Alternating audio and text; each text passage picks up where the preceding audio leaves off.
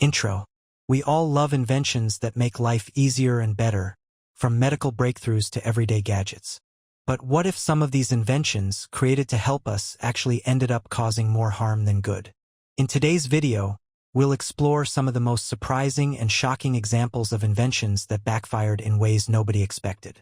Prepare to be amazed and maybe a little disturbed by the unintended consequences of progress. Let's dive in. Asbestos insulation.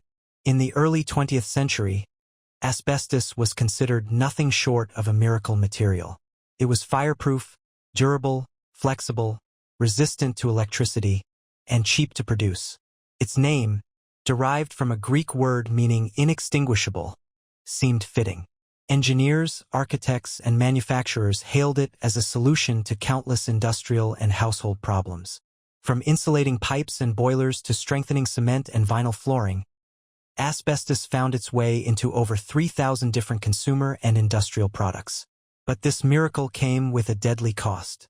Asbestos is not a single substance, but rather a group of naturally occurring silicate minerals composed of fine, fibrous crystals. These fibers are microscopic and easily become airborne when disturbed. Once inhaled, they can lodge in the lungs and remain there for years, even decades, silently causing damage. Initially, the dangers weren't well understood. Factory workers handling asbestos would often come home covered in dust, unknowingly exposing their families. Insulation installers breathed it in daily.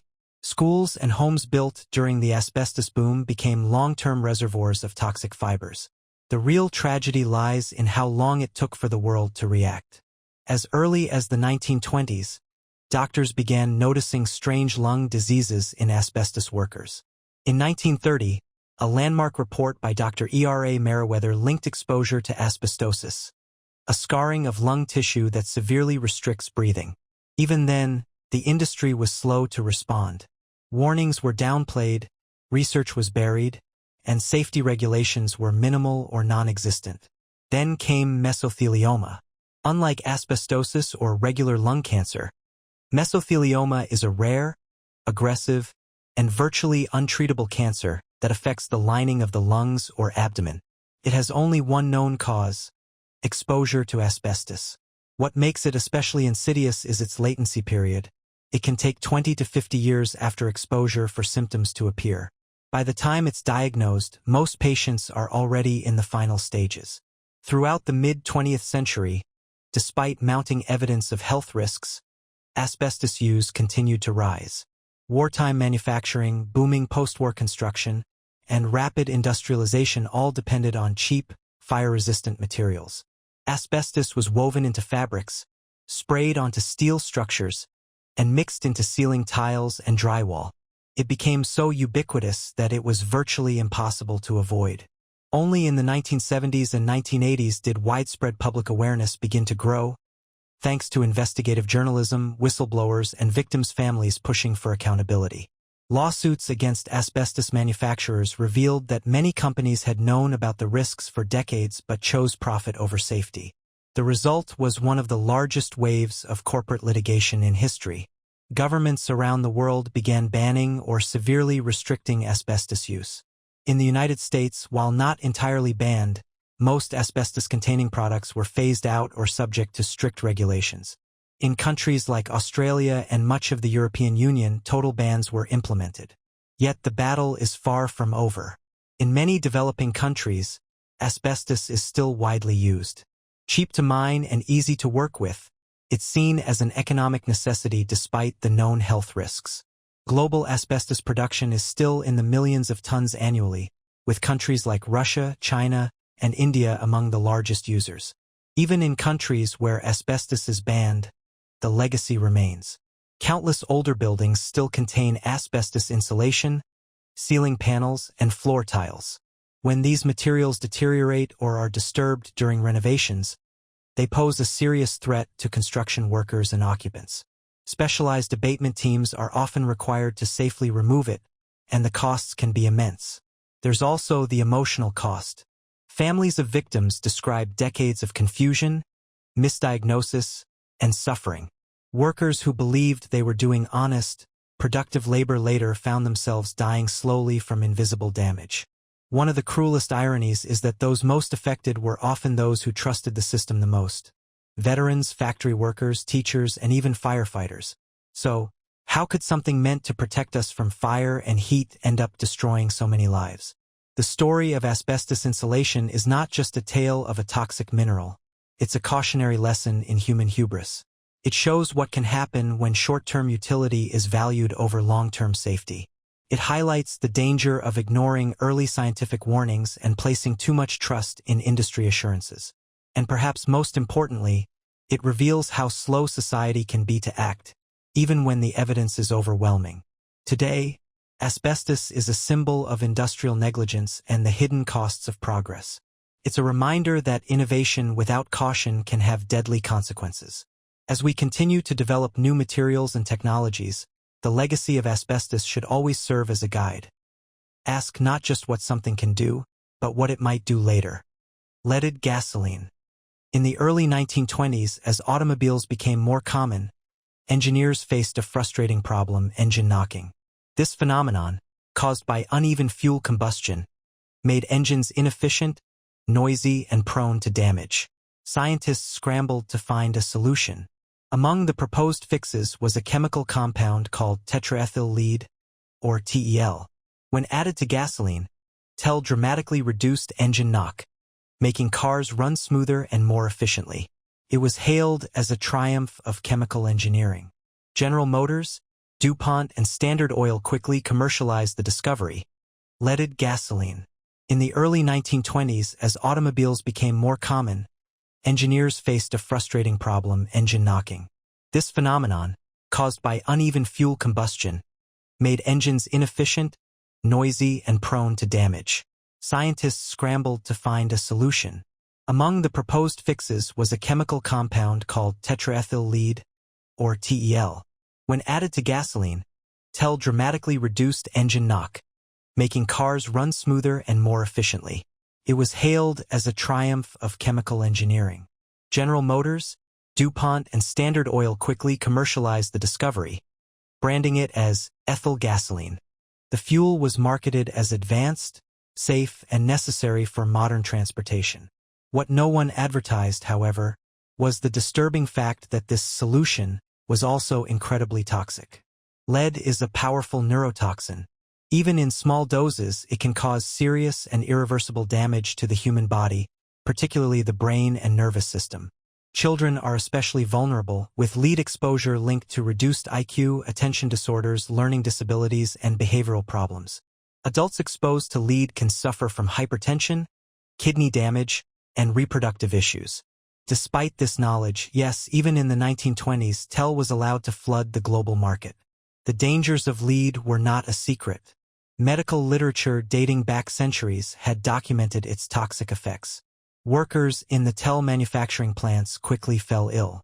Several died. One plant, nicknamed the House of Butterflies, due to hallucinations reported by workers, was shut down after a spate of poisonings. But the companies involved dismissed the deaths as unfortunate accidents or blamed workers' behavior rather than the compound itself. Instead of addressing the root issue, the manufacturers launched a public relations campaign.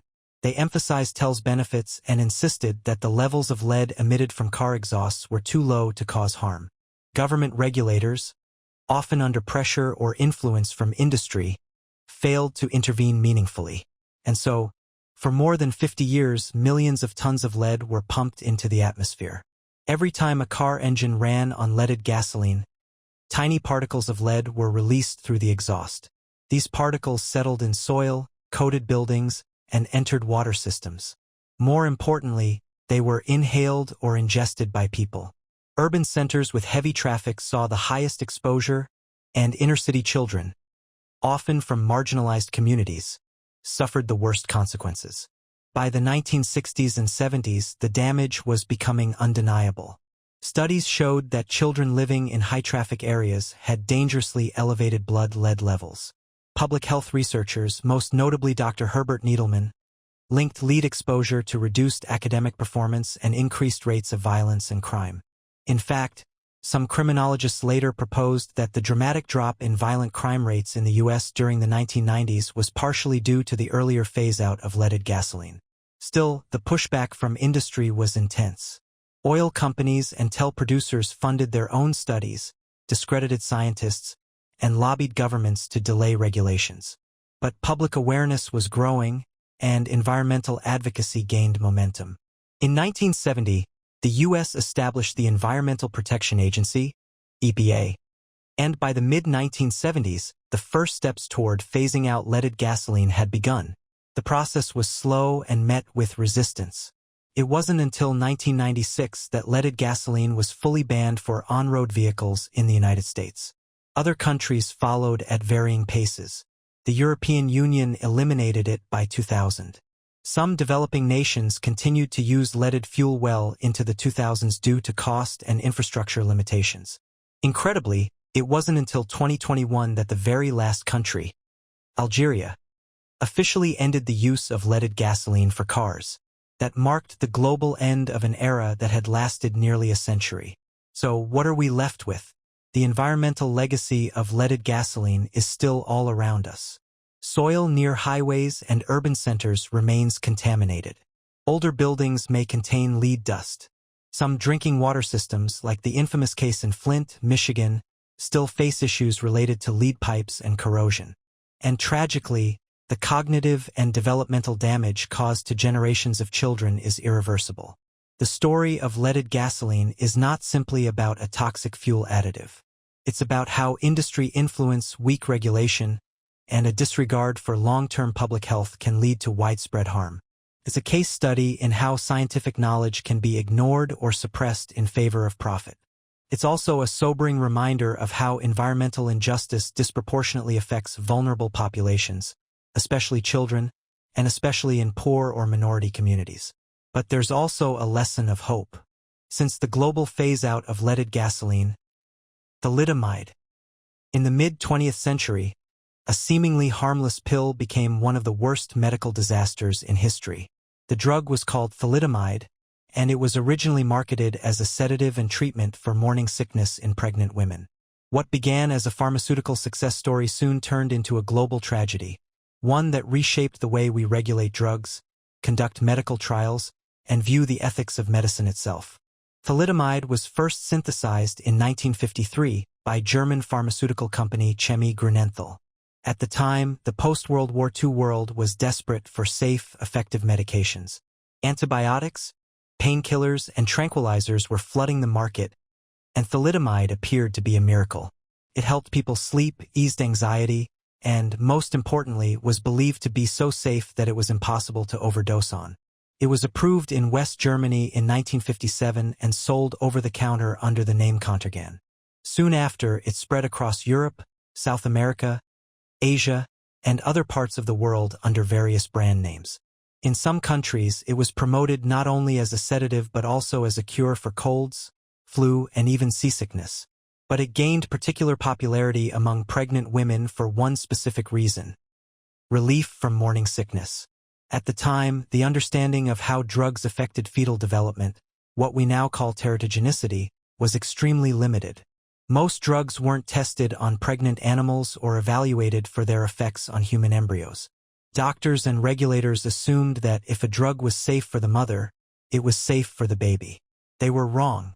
By the early 1960s, doctors in Europe began noticing an alarming pattern. Babies were being born with rare and severe birth defects, especially malformed or missing limbs, a condition known as phocomelia. In other cases, infants had deformed ears, eyes, hearts, or internal organs. Some died shortly after birth. Others were left with lifelong disabilities. Many of these babies had one thing in common: their mothers had taken thalidomide during the early stages of pregnancy.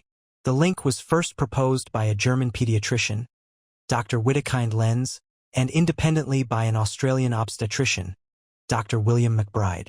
They noticed the sudden increase in birth defects and raised the alarm that thalidomide might be the cause. Investigations soon confirmed their suspicions. By the time thalidomide was pulled from the market in 1961, over 10,000 children in more than 46 countries had been born with thalidomide-related deformities. thousands more likely died in the womb or shortly after birth without ever being linked to the drug. Some estimates suggest the true number of affected pregnancies could be much higher. One country, however, was largely spared: the United States. That was thanks to a young FDA officer named Dr. Frances Kelsey.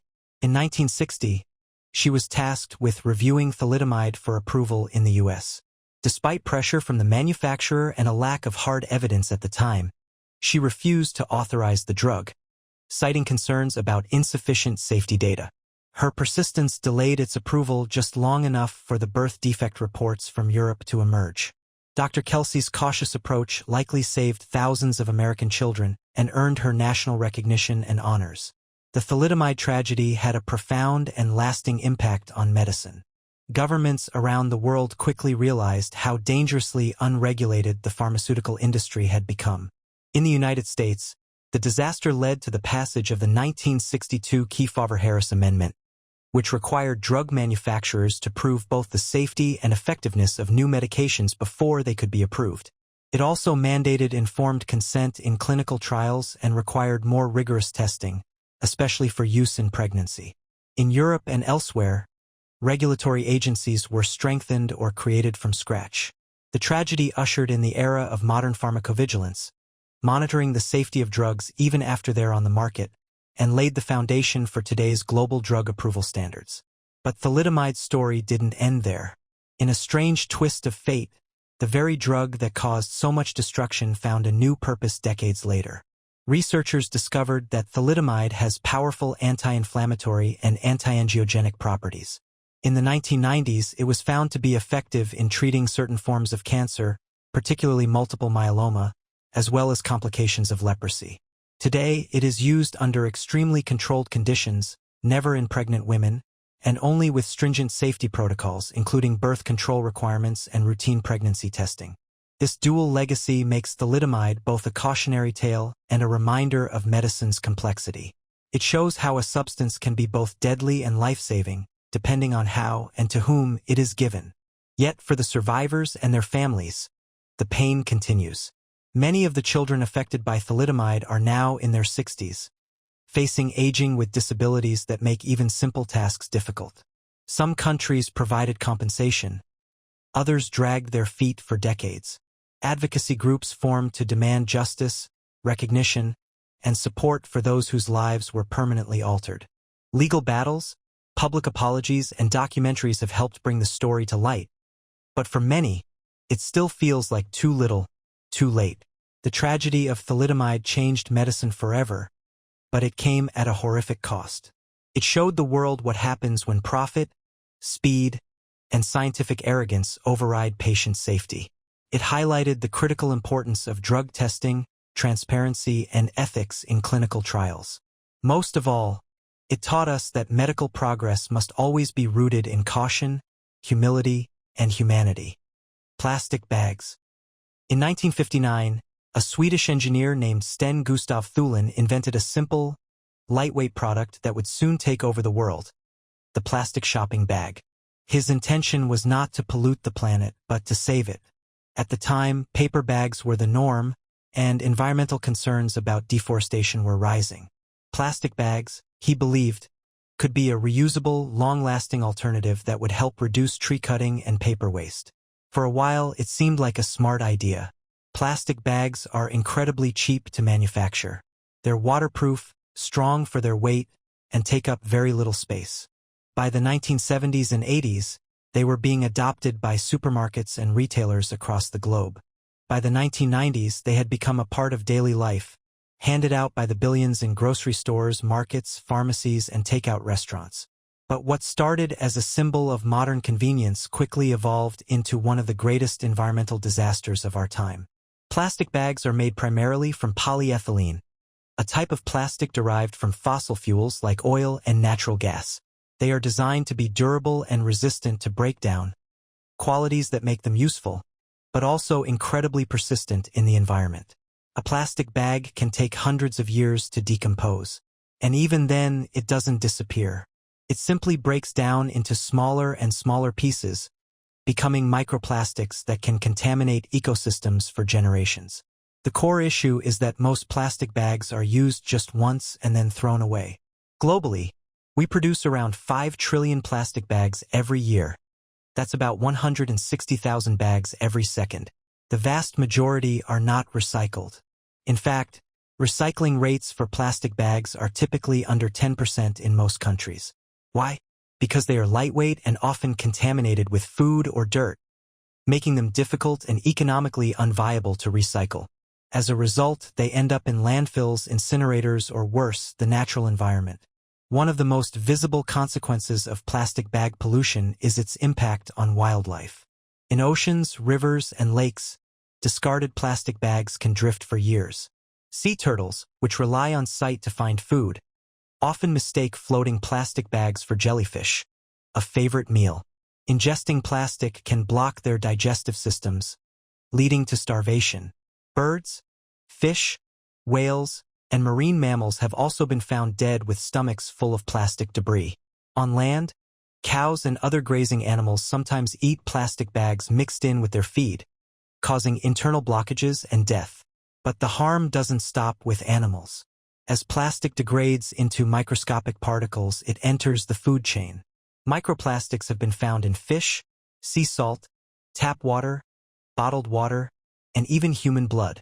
While the long-term health effects on humans are still being studied, early research suggests that microplastic exposure could affect hormone regulation, fertility, immune function, and organ health.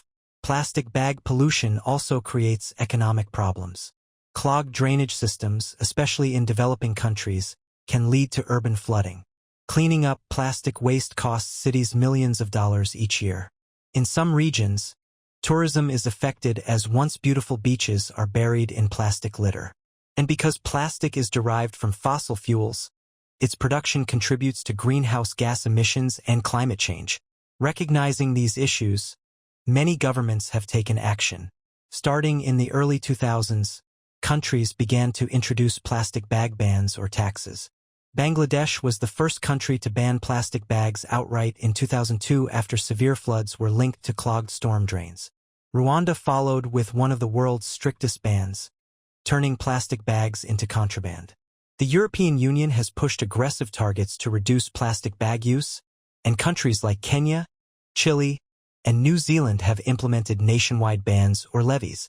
In some places, these policies have worked remarkably well. For example, after introducing a small fee for plastic bags in 2015, the United Kingdom saw a 95% drop in plastic bag usage within major supermarkets.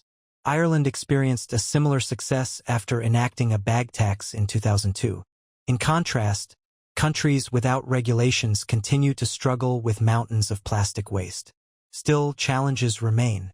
Alternatives like paper bags, cotton totes, or compostable plastics come with their own environmental costs. Paper bags require more energy and water to produce. Cotton bags need to be reused hundreds of times to offset their footprint. So the solution is not simply switching materials, but changing behavior, reducing consumption, encouraging reuse, and investing in circular systems that minimize waste.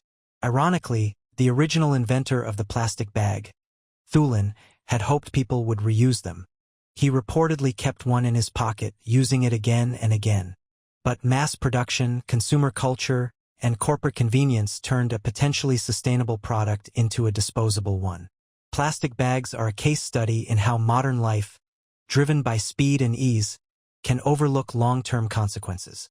What seemed like a harmless innovation turned into a global crisis affecting the environment, wildlife, and human health. The story of plastic bags is not just about pollution. It's about the broader choices we make as a society. It reminds us that no product exists in isolation. Every item we use has a life cycle, from the resources it consumes to the waste it creates. And while we can't undo the damage already done, we can choose to do better moving forward. Convenience is never free. Sometimes it comes at the cost of the planet itself. Fossil fuels. For over 2 centuries, fossil fuels, coal, oil, and natural gas, have been the engines of human progress. They lit our homes, powered our vehicles, fueled factories, and created the modern world as we know it. Without them, the Industrial Revolution would never have happened. They enabled mass production, global transportation, and technological advancement on an unprecedented scale. But beneath their powerful promise lies a destructive legacy that now threatens the very planet they helped transform. Fossil fuels are formed from the ancient remains of plants and animals that lived hundreds of millions of years ago. Over eons, heat and pressure beneath the Earth's surface transformed this organic matter into coal, petroleum, and methane-rich natural gas. When burned, these materials release large amounts of energy, making them ideal for industrial use. By the 19th century, coal powered trains, ships, and steam engines. In the 20th century, oil fueled the rise of automobiles, airplanes, and plastics. Natural gas became essential for electricity, heating, and fertilizer production. Entire economies were built around these resources, and for decades, they seemed to offer limitless power. But the use of fossil fuels comes at a staggering environmental and human cost. When fossil fuels are burned, they release carbon dioxide, CO2, a greenhouse gas that traps heat in the Earth's atmosphere. Over the last century, the burning of coal, oil, and gas has drastically increased the concentration of CO2, pushing the planet into a state of accelerating climate change. This warming trend is linked to rising sea levels, more frequent and intense heat waves, droughts, wildfires, hurricanes, and ecosystem collapse. In short, fossil fuels are warming the Earth faster than at any point in human history. But CO2 isn't the only problem. Burning coal also releases sulfur dioxide, which causes acid rain. Oil spills pollute oceans and destroy marine habitats.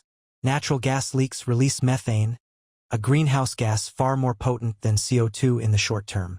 And fossil fuel extraction itself, whether drilling, mining, or fracking, often devastates landscapes, pollutes water supplies, and displaces communities. The health impacts are equally grim. Air pollution from fossil fuels contributes to over 8 million deaths per year worldwide, more than smoking, malaria, and car accidents combined. Fine particulate matter, PM 2.5, from coal plants and vehicle exhaust enters the lungs and bloodstream, leading to heart disease, stroke, cancer, and respiratory illnesses. Children living in urban areas near highways or refineries are especially at risk, suffering from higher rates of asthma and developmental issues. And then there's the geopolitical cost. Nations have long fought over access to oil and gas, leading to wars, corruption, and political instability. Oil-rich countries have often become overdependent on their resource wealth, suffering from what economists call the resource curse, where other sectors of the economy falter and authoritarian regimes thrive. Meanwhile, fossil fuel companies have wielded immense influence over policy, funding misinformation campaigns to delay climate action for decades. Yet, despite these consequences, the world remains deeply addicted to fossil fuels. Even today, over 80% of global energy consumption comes from fossil sources. Massive subsidies, over $7 trillion annually, according to the IMF, continue to prop up the industry. While renewable energy technologies like wind, solar, and battery storage have made significant progress, they still face infrastructure, investment, and political hurdles. So why is the shift so difficult? Fossil fuels are deeply embedded in every part of modern society, from transportation and electricity to agriculture, manufacturing, and even clothing. The infrastructure that supports them, pipelines, refineries, power plants, shipping networks, has taken over a century to build. Transitioning away from them requires not just new technology, but new systems, regulations, and habits. Still, the transition is happening. Countries around the world have committed to reducing emissions, investing in renewables, and setting ambitious net-zero targets. Cities are electrifying transportation, phasing out coal plants, and creating green jobs. Financial institutions are divesting from fossil fuels and shifting capital toward clean energy.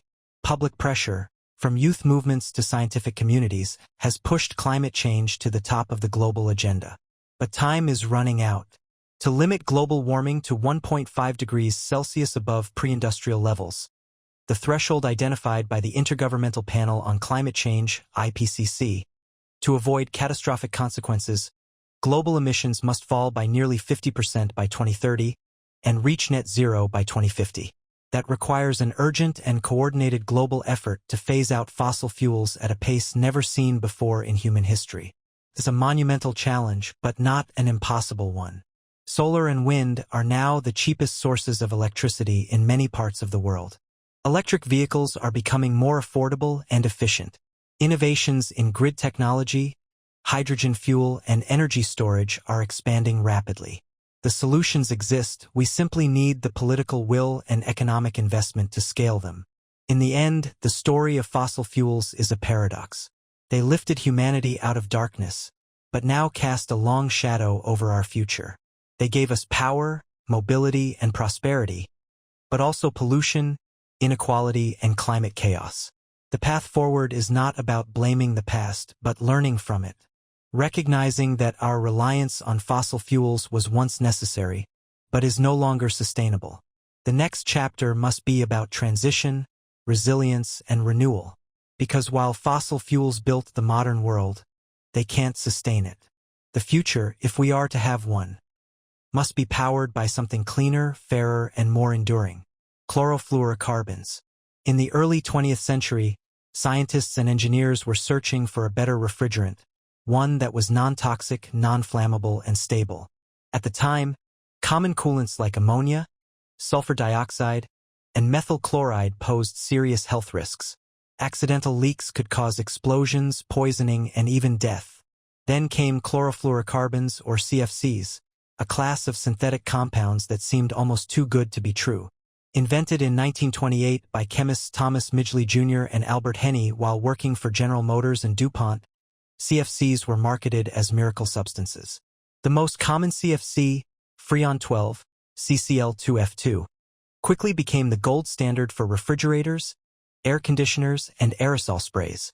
It was colorless, odorless, non-toxic, and chemically inert, safe for use in homes, cars, and even hospitals.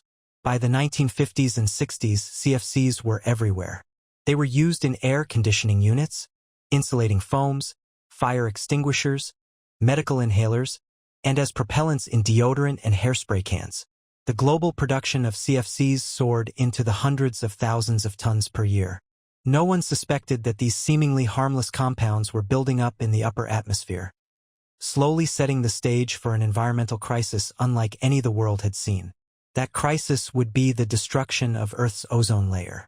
The ozone layer, located in the stratosphere about 10 to 50 kilometers above Earth, acts like a planetary sunscreen. It absorbs the majority of the sun's harmful ultraviolet, UV, radiation, particularly UVB rays, which are responsible for skin cancer, cataracts, and damage to plants and marine ecosystems. CFCs, though stable in the lower atmosphere, are eventually carried upward by atmospheric currents. Once they reach the stratosphere, ultraviolet radiation breaks them apart, releasing chlorine atoms. And that's where the trouble begins. A single chlorine atom can destroy over 100,000 ozone molecules before it's neutralized. This process, known as catalytic ozone depletion, thins the protective ozone shield, allowing more UV radiation to reach Earth's surface. The scientific community began to understand this mechanism in the 1970s, thanks to pioneering research by chemists Mario Molina and Sherwood Rowland, who published a now-famous paper in 1974 warning that continued use of CFCs could deplete the ozone layer. Their work was met with skepticism, especially by industry representatives, but it planted the seeds of concern. Then, in 1985, the alarm became impossible to ignore. British scientists reported the discovery of a massive ozone hole over Antarctica, an area where ozone concentration had dropped by more than 50% during the southern hemisphere's spring. The data shocked the world. It wasn't just a slow, theoretical depletion. It was a massive seasonal collapse of the ozone layer. The cause? CFCs. This discovery triggered one of the most extraordinary international responses to an environmental crisis in history. In 1987, just 2 years after the Antarctic ozone hole was confirmed, 197 countries signed the Montreal Protocol, a treaty committing to phase out the production and use of ozone-depleting substances, especially CFCs.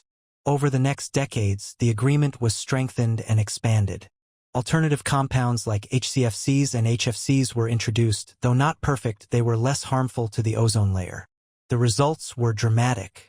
CFC production dropped by over 99%, and atmospheric concentrations began to decline. The ozone layer, while still healing, started to show signs of recovery. As of the 2020s, scientists project that the Antarctic ozone hole could return to pre-1980 levels by mid-century, assuming current policies remain in place. The Montreal Protocol is widely considered the most successful environmental treaty ever implemented. It prevented millions of cases of skin cancer, cataracts, and crop damage. It proved that international cooperation, driven by science and political will, could solve a global environmental problem. But there's another layer to the story: climate change. CFCs are also potent greenhouse gases. Some have global warming potentials, GWPs, thousands of times greater than carbon dioxide.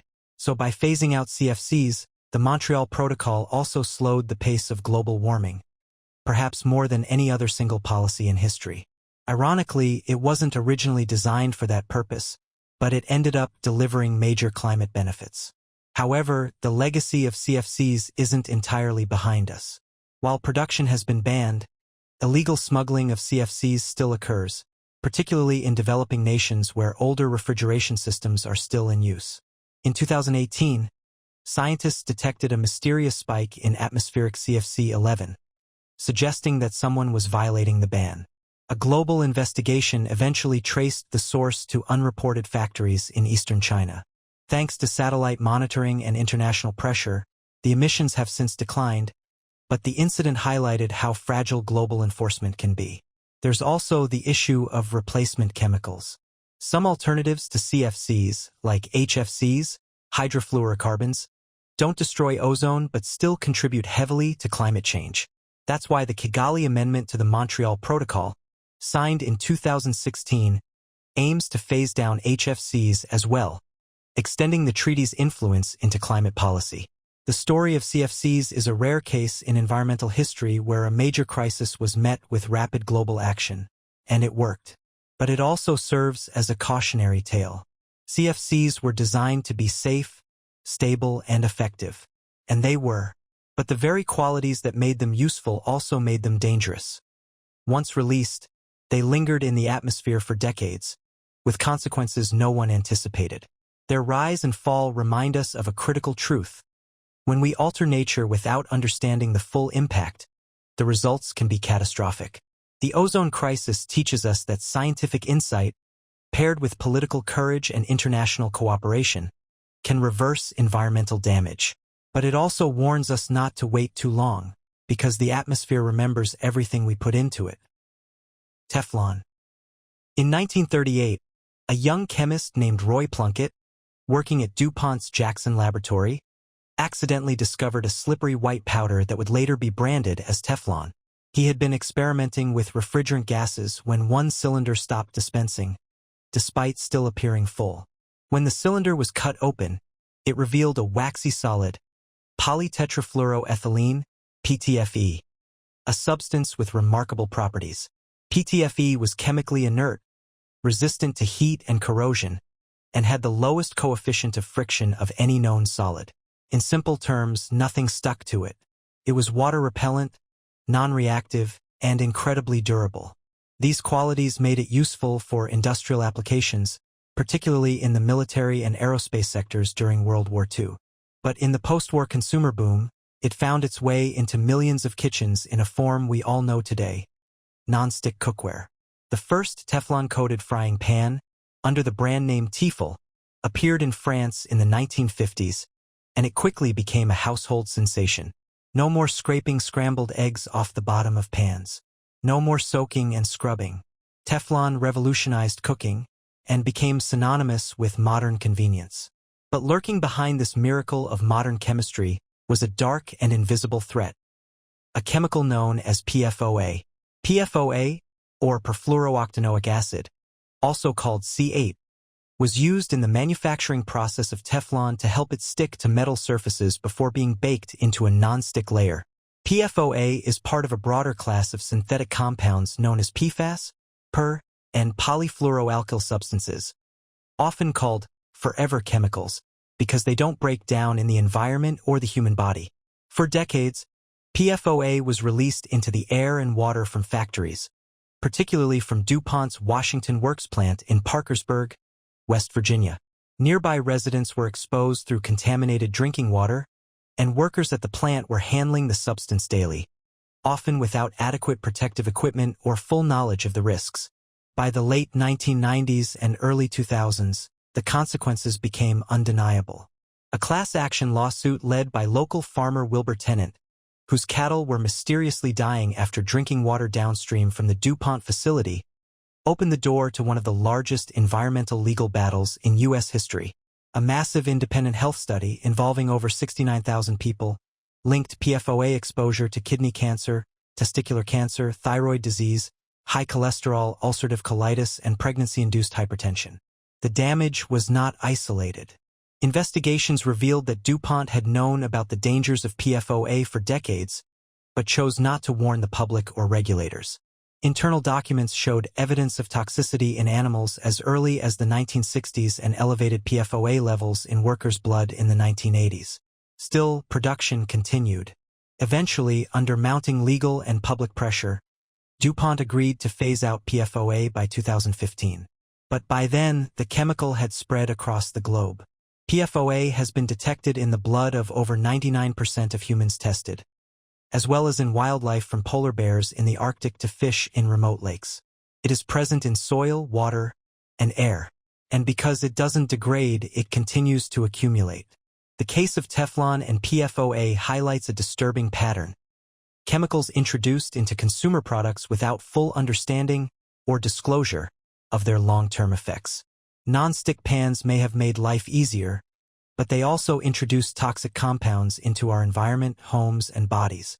And this didn't just happen in the U.S. Factories around the world using similar processes contributed to global contamination.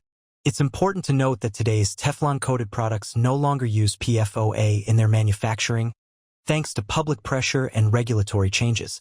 However, concerns remain. New PFAS compounds have been developed to replace PFOA, but early research suggests that some of these alternatives may also be persistent and toxic. Scientists worry we may simply be swapping one harmful chemical for another. The broader PFAS issue is now recognized as a global health and environmental crisis. These chemicals are used not just in cookware, but in water-repellent clothing, stain-resistant carpets, firefighting foams, cosmetics, and food packaging. Efforts to regulate them are accelerating. In 2023, the U.S. Environmental Protection Agency proposed strict limits for PFAS in drinking water, and many countries are pushing for global bans or controls.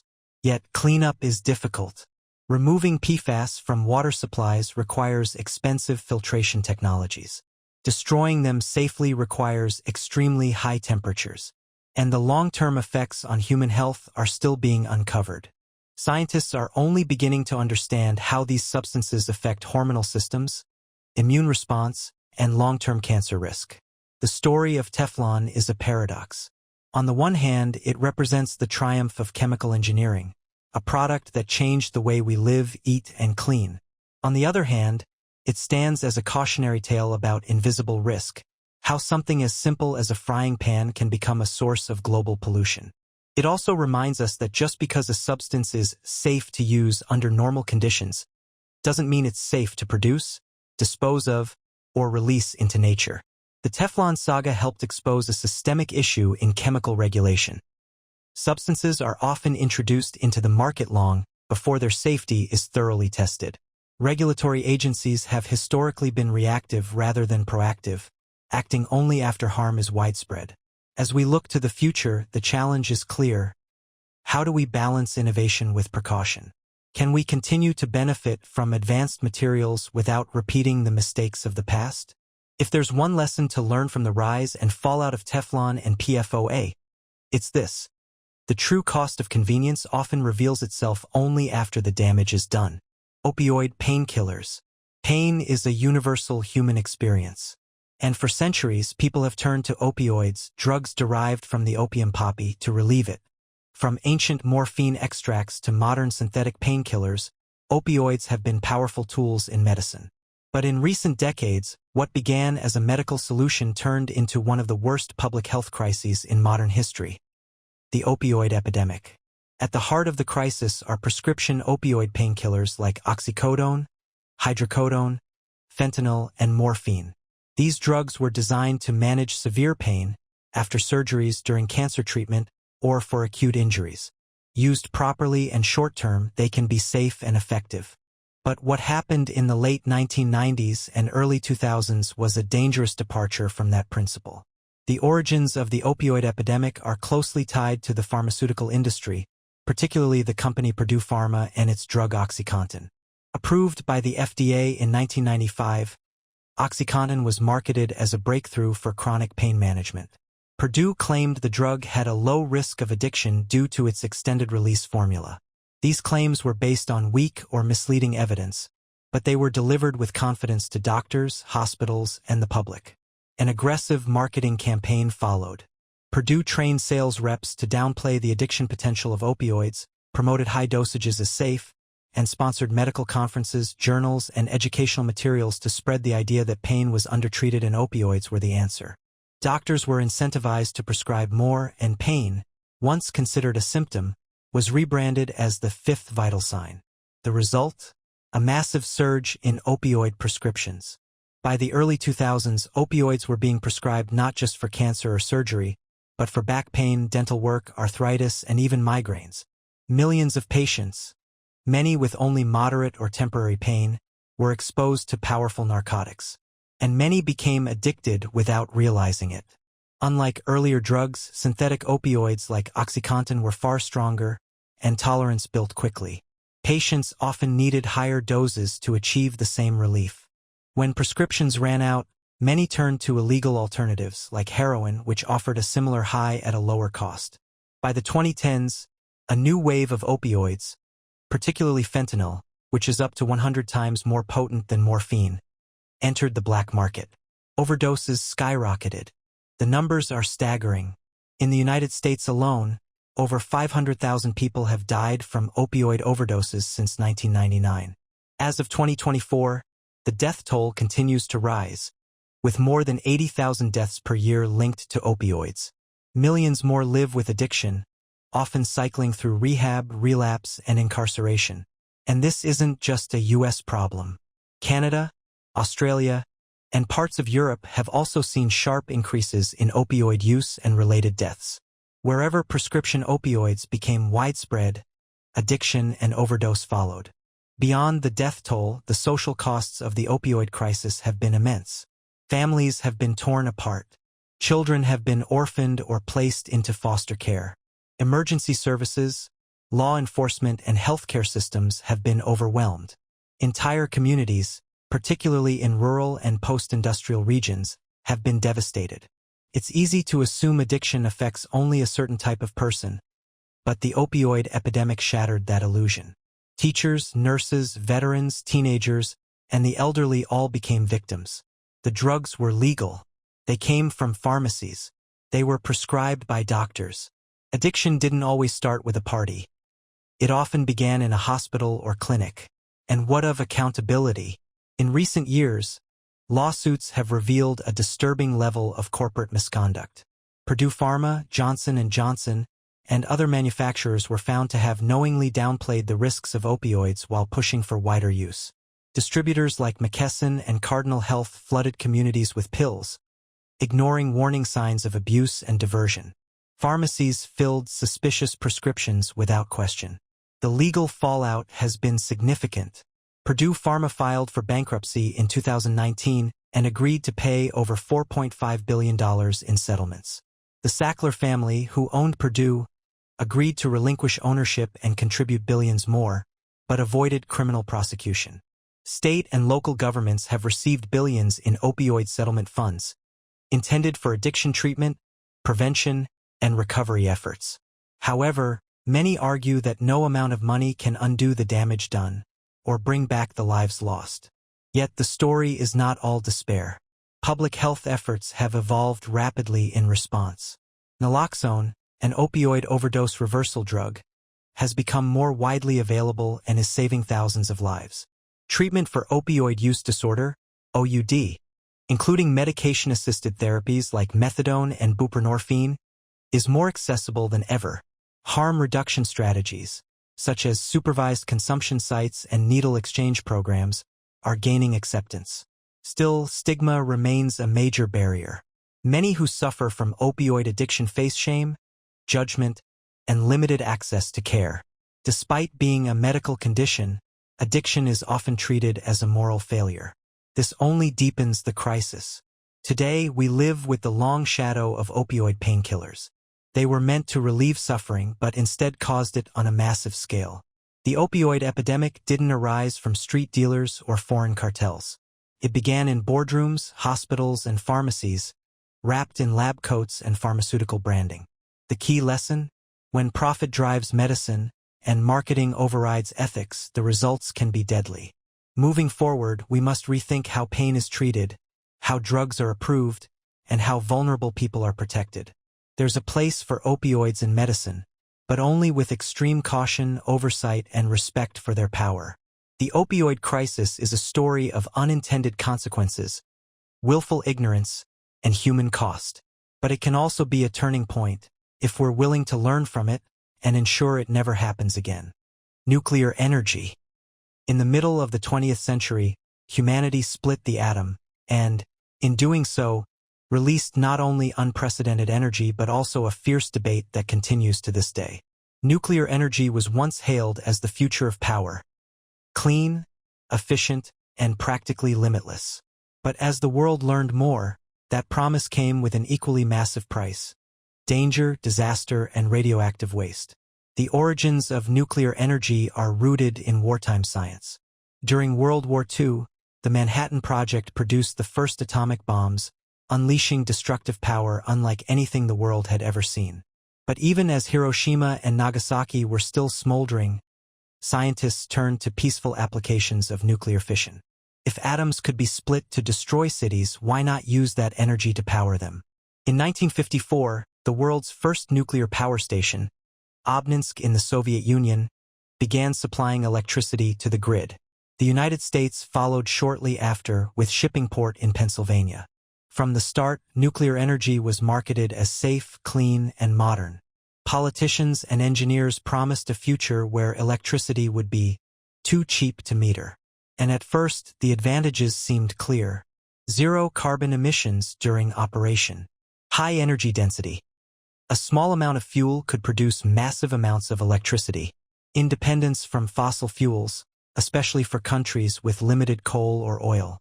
By the 1970s, dozens of countries were investing heavily in nuclear power. Plants popped up across Europe, North America, and Asia. Nuclear submarines and aircraft carriers gave militaries global reach. The world seemed on the brink of a nuclear-powered golden age. Then came 3 Mile Island. In 1979, a partial meltdown at the 3 Mile Island plant in Pennsylvania became the most serious nuclear accident in U.S. history. Though the radioactive release was small and no direct deaths occurred, the psychological impact was enormous. Public trust evaporated. Protests grew. Construction of new plants in the U.S. nearly stopped. And just 7 years later, the unthinkable happened. Chernobyl. In April 1986, reactor number 4 at the Chernobyl nuclear power plant in the Soviet Union exploded during a late-night safety test. The resulting fire and steam blast released a massive cloud of radioactive material across Europe. 2 workers died immediately. Dozens of emergency responders perished from acute radiation sickness.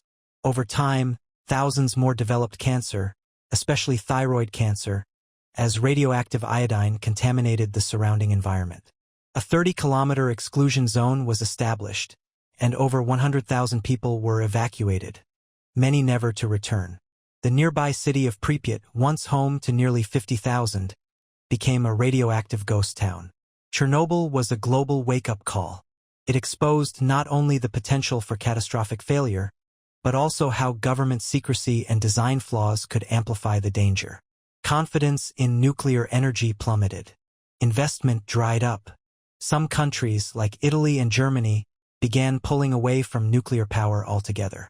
Still, the industry persisted, improving safety standards, developing newer reactor designs, and assuring the public that it couldn't happen again. But it did. In 2011, a 9.0 magnitude earthquake off the coast of Japan triggered a devastating tsunami that overwhelmed the Fukushima Daiichi nuclear power plant. Backup generators flooded. Cooling systems failed.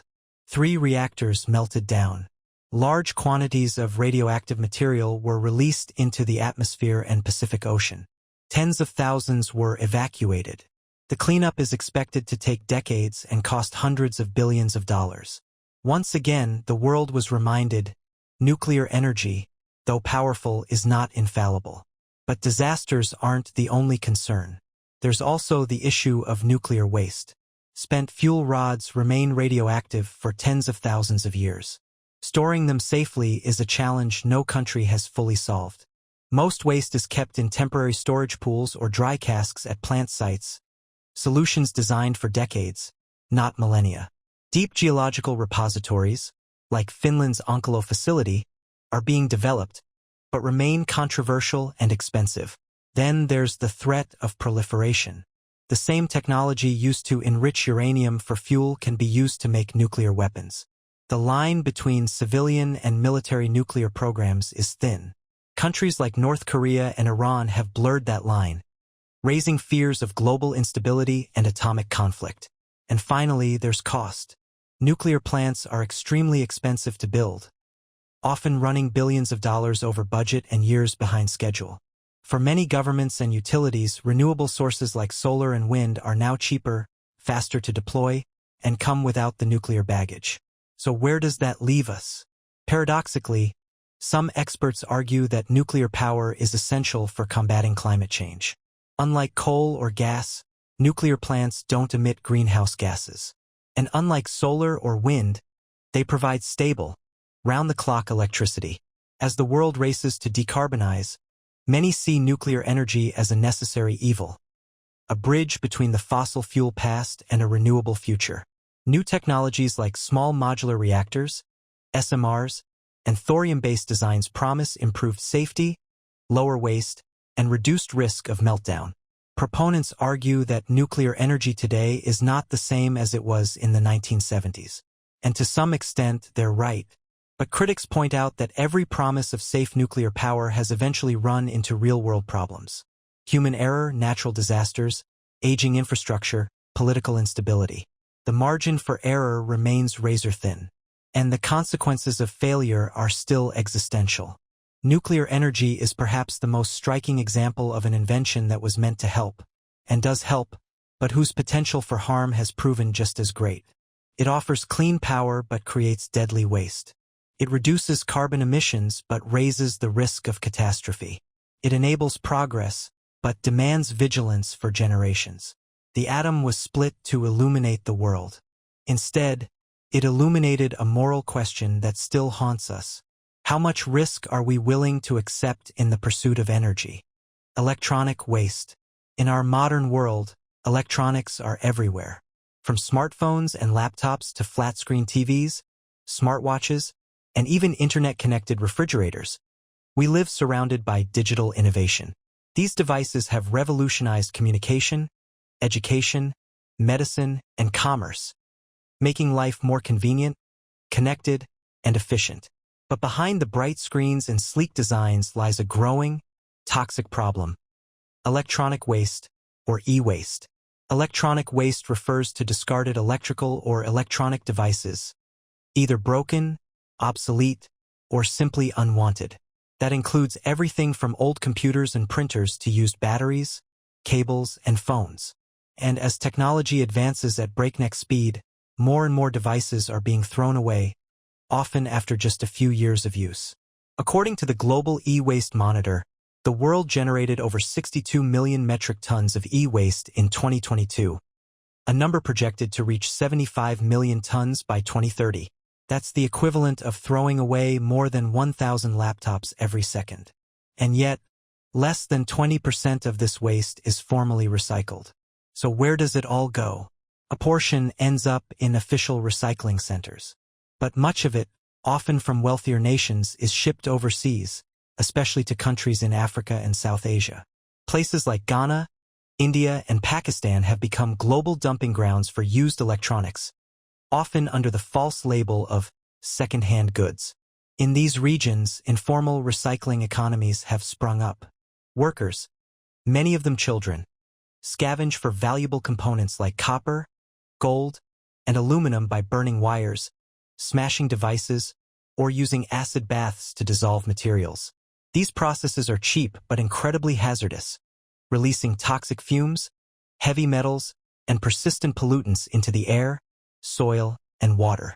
E-waste contains a cocktail of dangerous substances, lead and mercury, which can damage the nervous system and brain development, cadmium linked to kidney failure and cancer, brominated flame retardants which disrupt hormones, PVC plastics which release dioxins when burned. In places like Agbogbloshie, a vast e-waste dump in Accra, Ghana, the air is thick with black smoke. Soil samples reveal alarming levels of contamination. Children suffer from respiratory problems, skin disorders, and developmental issues. And yet, for many, it's the only source of income. Ironically, the original intention of electronic devices was to improve quality of life, not destroy it. But our dependence on rapid innovation, combined with planned obsolescence, has turned electronics into a fast-moving consumer good and waste into a global crisis. The problem isn't just environmental, it's economic. Modern electronics are packed with precious and rare materials, including gold, silver, palladium, cobalt, and rare earth elements. For example, 1 ton of discarded smartphones contains more gold than a ton of mined ore. Yet, due to poor recycling practices, most of this value is lost. The UN estimates that over $60 billion worth of raw materials is thrown away in e-waste every year, more than the GDP of many countries. Proper recycling could reclaim much of this value while also reducing the need for environmentally damaging mining operations. But current systems are inefficient, underfunded, or non-existent in many regions. And even in developed nations, consumers often don't know where or how to recycle their devices. Part of the problem lies in design. Many gadgets today are built to be disposable, not reparable. Batteries are glued in. Components are soldered shut. Proprietary screws and software locks make repair nearly impossible without specialized tools. This pushes consumers to replace rather than fix, fueling the cycle of waste. In response, a growing movement has emerged advocating for the right to repair. Supporters argue that consumers should have the legal ability to repair their own devices or take them to independent technicians.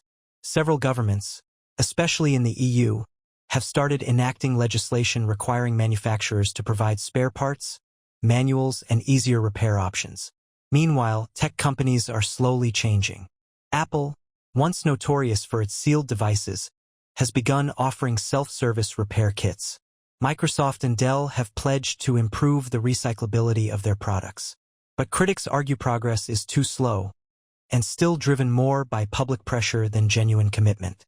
Some countries are leading the way. Sweden offers tax breaks for repairing electronics. France now requires products to carry a repairability index rating. The European Union has launched a circular economy plan aimed at extending the lifespan of devices, improving e-waste collection, and fostering a repair culture. Still, global coordination is lacking. Many low-income countries lack the infrastructure, regulation, or funding to manage e-waste safely. International agreements like the Basel Convention aim to control hazardous waste exports, but loopholes remain. Illegal shipments continue, often disguised as donations or usable second-hand goods. At the individual level, consumers also play a role. Upgrading to the latest smartphone every year, tossing an old TV instead of donating it, or storing and used chargers in drawers. These habits may seem harmless, but they add up. Responsible disposal, mindful consumption, and support for repair-friendly brands can make a difference. E-waste is a tragic irony. The very tools that define our modern lives, tools built to solve problems, have created a crisis of their own. In our race for faster, thinner, smarter devices, we've neglected the cost after use. The challenge now is to build a smarter system, one that values longevity over novelty, repair over replacement, and sustainability over short-term convenience. Because innovation shouldn't end in a landfill. Or worse, a child inhaling poison to extract a gram of copper. The digital age brought us power, speed, and global connection. It's time it also brought us responsibility. Chemical fertilizers. The invention of chemical fertilizers in the 20th century was hailed as a miracle. These substances, manufactured to provide essential nutrients like nitrogen, phosphorus, and potassium, helped transform agriculture and prevent widespread famine. They enabled humanity to grow more food than ever before, feeding billions and supporting the rapid growth of civilization. For many decades, they were seen as a triumph of science over hunger. At the heart of this revolution was the Haber-Bosch process, developed in the early 1900s. This method allowed scientists to capture nitrogen from the air and convert it into ammonia, a key ingredient in nitrogen fertilizers. Suddenly, farmers were no longer limited by the natural cycles of composting and crop rotation. They could apply precise amounts of nutrients to their fields, dramatically increasing yields. The world embraced this advancement, especially during the Green Revolution, when countries like India and Mexico adopted synthetic fertilizers on a massive scale to feed their growing populations.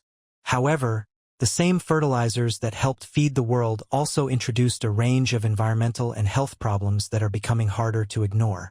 What once seemed like a purely beneficial technology has revealed a darker side, one that continues to affect the planet in ways few anticipated. When applied to soil, chemical fertilizers are not always absorbed fully by crops. A significant portion leaches into the ground or runs off into nearby water sources, especially when overused. This runoff leads to nutrient pollution in rivers, lakes, and coastal waters, causing explosive algae growth.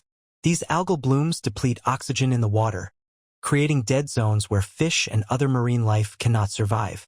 Entire ecosystems have been destabilized due to the sheer volume of nutrients being introduced artificially into natural systems. Fertilizer runoff doesn't only harm aquatic environments. It also contaminates drinking water with nitrates, which can pose serious health risks to humans, especially infants. In rural areas where agriculture dominates the landscape, nitrate pollution in groundwater has become a persistent and growing concern. Long-term exposure has been linked to health conditions such as cancer and developmental disorders. In the atmosphere, chemical fertilizers also play a role in climate change. When nitrogen is added to soil in large amounts, some of it is transformed by microbes into nitrous oxide, a greenhouse gas that is far more potent than carbon dioxide. Agriculture is now one of the largest sources of nitrous oxide emissions globally, and much of that comes directly from fertilizer use. The Haber-Bosch process itself consumes enormous amounts of energy, often derived from fossil fuels, further contributing to carbon emissions. Soil health is another casualty of intensive fertilizer use. While fertilizers provide nutrients, they do not replenish the organic matter that soil needs to remain healthy and resilient. Over time, heavy reliance on synthetic fertilizers can degrade the soil structure, reduce microbial diversity, and leave it less able to retain water or resist erosion. In extreme cases, fields become dependent on continuous fertilizer inputs, losing their natural fertility entirely. For farmers, the initial benefits of chemical fertilizers were undeniable. But in many parts of the world, this has led to a cycle of dependency. As soils degrade, more fertilizer is needed to maintain yields, which in turn increases costs and environmental damage. Small-scale farmers, especially in developing nations, are often caught in this cycle, taking on debt to afford fertilizers that bring diminishing returns. When weather patterns shift or prices spike, many find themselves in financial crisis. The broader ecological consequences are vast. Beyond water and air pollution, the overuse of fertilizers contributes to the decline of biodiversity. Sensitive species, both plant and animal, are affected by changes in nutrient levels in their habitats. Pollinators, which are essential to food production, are especially vulnerable to disruptions caused by fertilizers and the accompanying use of pesticides in high-input farming systems. Despite these issues, chemical fertilizers remain deeply embedded in modern agriculture. Global food systems have come to rely on them to meet demand, especially as populations continue to rise and arable land becomes more limited. Efforts to reduce fertilizer use or shift to organic alternatives face significant logistical, economic, and political challenges. In many regions, farmers have little choice but to continue using them, often without access to education or resources that might allow for more sustainable practices. There is growing awareness of the need to change how fertilizers are used. Precision agriculture, organic farming, and integrated nutrient management are being explored as ways to reduce dependency and minimize environmental harm. But these approaches require investment, infrastructure, and a shift in global priorities, something that has been slow to materialize. The story of chemical fertilizers is complex. They have helped humanity avoid mass starvation and enabled remarkable progress. Yet their long-term consequences have created new and urgent challenges. What was once celebrated as a solution to hunger now threatens the health of our soils, our waters, our climate, and ourselves. Like many powerful inventions, chemical fertilizers represent both the promise and peril of human ingenuity. An invention that solved one problem, only to create others that may be even harder to fix. Tobacco filters. In the 1950s, as the dangers of smoking became increasingly difficult to deny, tobacco companies faced a growing public health crisis and a potential collapse of consumer trust. Studies were beginning to link cigarette smoking to lung cancer, heart disease, and a host of other deadly conditions. Smokers were alarmed. The industry needed a response. Their solution came not by removing the danger, but by disguising it: the tobacco filter. Touted as a technological breakthrough, the cigarette filter was designed to reassure smokers. Marketed as a cleaner, safer alternative to unfiltered cigarettes, it was promoted as a barrier that would trap harmful substances before they could enter the lungs. The filter, typically made from cellulose acetate, a form of plastic, was cheap to produce and easy to insert into mass-produced cigarettes. Almost overnight, filters became standard, offering smokers the illusion of reduced risk. What followed was one of the most misleading health campaigns in modern history. Despite marketing claims, scientific evidence quickly revealed that filters did not significantly reduce the harm caused by smoking. In fact, they often changed the way people smoked. Believing filtered cigarettes were safer, smokers inhaled more deeply, held smoke in their lungs longer, and in some cases increased their overall cigarette consumption. The filters were not making smoking less dangerous. They were changing behavior in ways that could make it more harmful. By altering airflow and cooling the smoke, filters made smoking feel smoother and less harsh, especially for new smokers. This not only encouraged greater use but also helped normalize smoking for younger generations. Tobacco companies, fully aware of these effects, used them to their advantage, designing filters that maintained nicotine delivery while creating the perception of mildness. The term light cigarettes entered the market, even though their health impact was no lighter at all. Research eventually confirmed that filtered cigarettes did not significantly reduce rates of lung cancer or other smoking-related illnesses. In fact, some studies indicated that certain types of lung cancer, particularly adenocarcinoma, became more common after filters were introduced, possibly because the smoke was drawn deeper into the lungs. The promise of a safer cigarette had turned out to be a deadly myth. But the consequences of tobacco filters go beyond human health.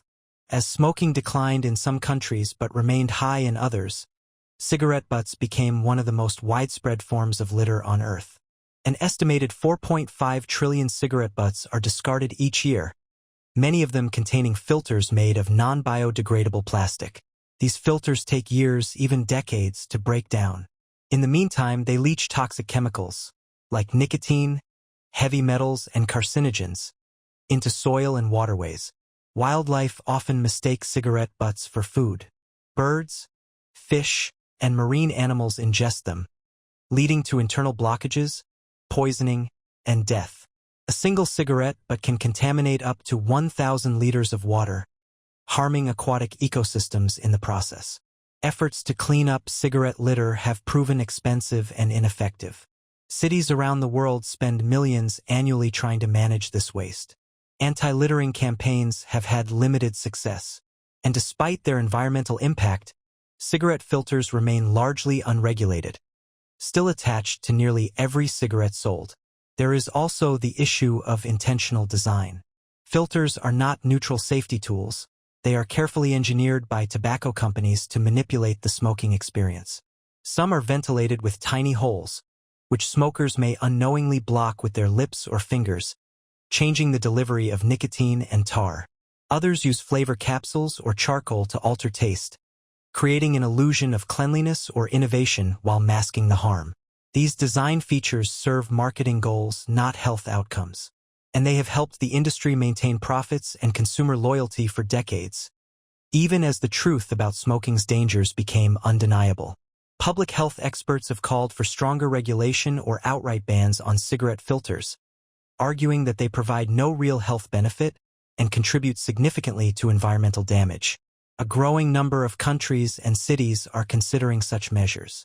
Yet the tobacco industry continues to defend filters, using the same arguments of harm reduction that first emerged in the 1950s. The story of the tobacco filter is not just about a piece of plastic.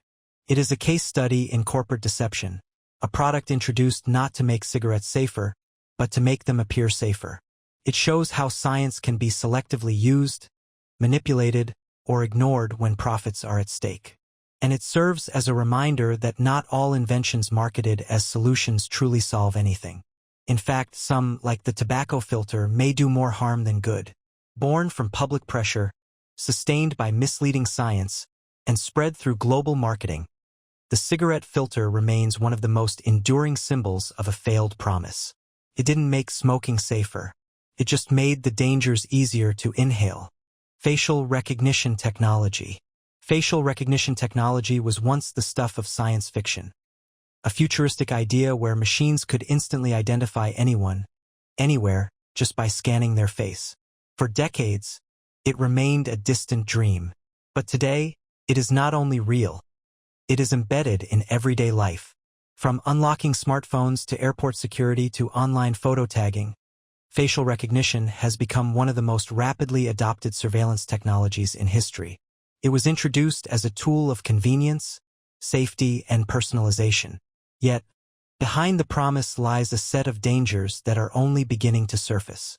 The initial development of facial recognition was led by researchers who saw the potential for automation in identity verification. A human face, after all, is a unique identifier, something you carry with you wherever you go. With advances in computer vision, machine learning, and massive data collection, it became possible to train algorithms to detect and distinguish faces with remarkable precision. Governments, corporations, and law enforcement agencies quickly realized the potential. They embraced the technology not just to verify identities but to track, analyze, and monitor people at scale. In cities around the world, facial recognition cameras are now mounted on streetlights, building facades, transportation hubs, and even drones. Authorities argue that this helps catch criminals, locate missing persons, and prevent terrorism. Businesses use it to monitor customer behavior, prevent theft, and tailor advertising. Airports and border control systems rely on it for security and efficiency. In some ways, it works well, but this capability comes at a cost: the erosion of privacy on a scale that was previously unimaginable. Unlike other forms of identification, such as ID cards or fingerprints, facial recognition operates without consent. A person can be identified and tracked without ever knowing they were being watched. There is no need to stop, sign in, or even acknowledge the system. Your presence, your face is enough. This makes facial recognition a powerful tool of invisible surveillance. And as with any powerful tool, its misuse is both easy and tempting. In authoritarian regimes, facial recognition has already become a cornerstone of social control. In places like China, the technology is used to monitor religious minorities, political dissidents, and everyday citizens. Cameras are paired with vast databases to follow individuals across cities in real time. Behavioral patterns are logged, analyzed, and used to assign social credit scores. In some regions, people are denied services or freedoms based on these scores, often without explanation or recourse. Even in democratic societies, the technology has raised serious ethical and legal concerns. Facial recognition systems have shown bias, particularly in identifying people of color, women, and the elderly. Studies have demonstrated that error rates for non-white individuals are significantly higher, leading to cases of false arrests, misidentification, and unjust targeting. These flaws are not just technical, they reflect the biases present in the data used to train the systems. When millions of faces are fed into an algorithm, the system learns from what it sees. If the data is skewed, the output will be too. Furthermore, once the technology is deployed, it is difficult to limit. What begins as a tool for law enforcement can easily become a method for corporate surveillance, political repression, or mass data harvesting. The same facial data collected to improve public safety can be used to build consumer profiles, sell targeted ads, or track workers. In some workplaces, facial recognition is already being used to monitor employee behavior, mood, and productivity, blurring the line between security and control. Attempts to regulate facial recognition have been slow and inconsistent. Some cities and countries have introduced bans or moratoriums on government use, while others have fully embraced the technology. Tech companies themselves have expressed concern, with some pausing sales to law enforcement, but these moves are often temporary or symbolic. Meanwhile, the technology continues to advance, becoming faster, more accurate, and more widespread. Facial recognition also presents long-term risks that are difficult to predict. As AI models become more sophisticated, facial data may be used to infer not just identity, but emotions, health conditions, and even intentions. While these capabilities are still speculative, the very pursuit of them raises questions about autonomy and dignity. Do we want a world where machines attempt to judge our thoughts or feelings based on a glance? And once facial recognition becomes normalized, opting out may no longer be possible. Unlike other technologies, you cannot leave your face at home. As surveillance becomes ambient, woven into the fabric of public and private space, the notion of anonymity may vanish.